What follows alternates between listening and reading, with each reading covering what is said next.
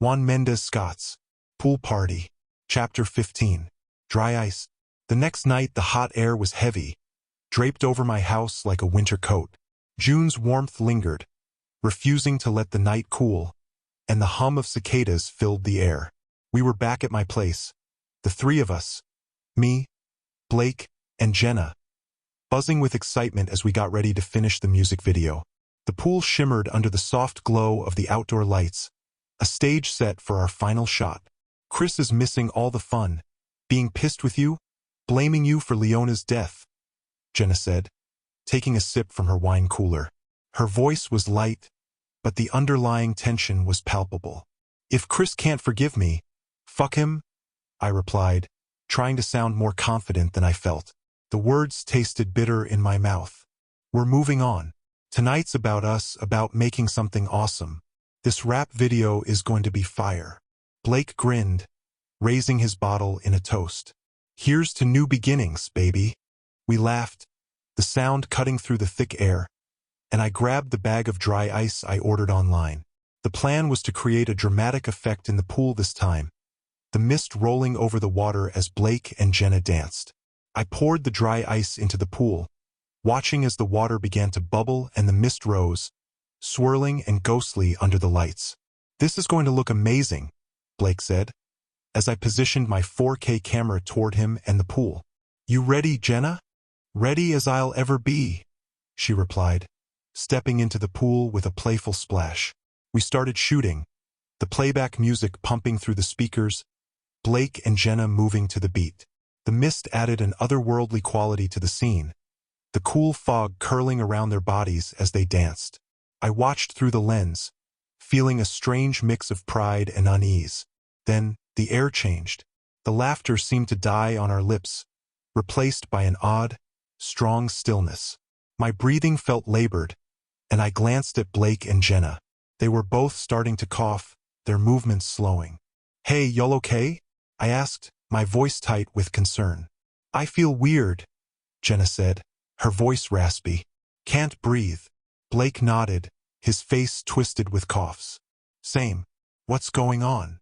Panic clawed at my chest as I realized the dry ice was releasing carbon dioxide into the air. We were being poisoned.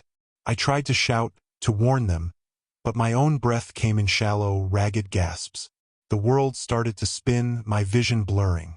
We need to get out, I managed to say, barely more than a whisper, but it was too late. Jenna collapsed into the water, her body limp. Blake stumbled, falling to his knees in the water, his eyes wide with fear. I tried to move, to reach them, but my legs gave out and I fell beside the pool. As my vision dimmed, I saw her, Leona's ghost, standing at the edge of the pool, watching us with a cold, mocking smile. Her laughter echoed in my ears, a haunting melody that sent me to an eerie death. That's just what you get, Ace, she whispered, clear in my mind. All of y'all, this is what you get. This is your punishment. I wanted to scream, to tell her I was sorry, but the words wouldn't come. The darkness closed in, my breaths shallow and desperate. My thoughts were a chaotic swirl, memories flashing before my eyes. Leona, in her cap and gown, smiling on graduation day. Leona, laughing at one of Chris's jokes. Leona, lying still in her casket. And now, Leona, her ghostly form laughing at our demise. As the world faded to black, I had one final, fleeting thought. This was my karma, my punishment for my obsession, for the mistakes I couldn't take back. I had sealed my fate the moment I messed with Leona, who was innocent and undeserving of my torment. The last thing I saw was the pool, eerily still, the mist rising like a shroud over the water, a symbol of our tragic fate, a grave marker for the foolish decisions that led us here. The aftermath was a somber affair. The news of our deaths spread quickly, sending shockwaves through the community.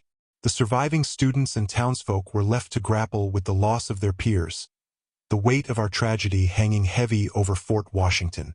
Chris, now alone and racked with guilt and sorrow, was seen often at Leona's grave. He'd sit there for hours, reflecting on the events that led to the tragic end. the anger and blame he once harbored now replaced by a hollow emptiness.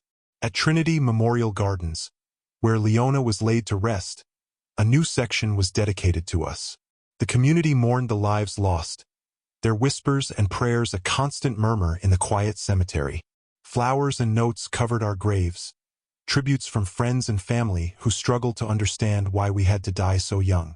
And as the days turned into weeks, the haunting memory of that night lingered, a cautionary tale of the dangers of obsession and the fragility of life.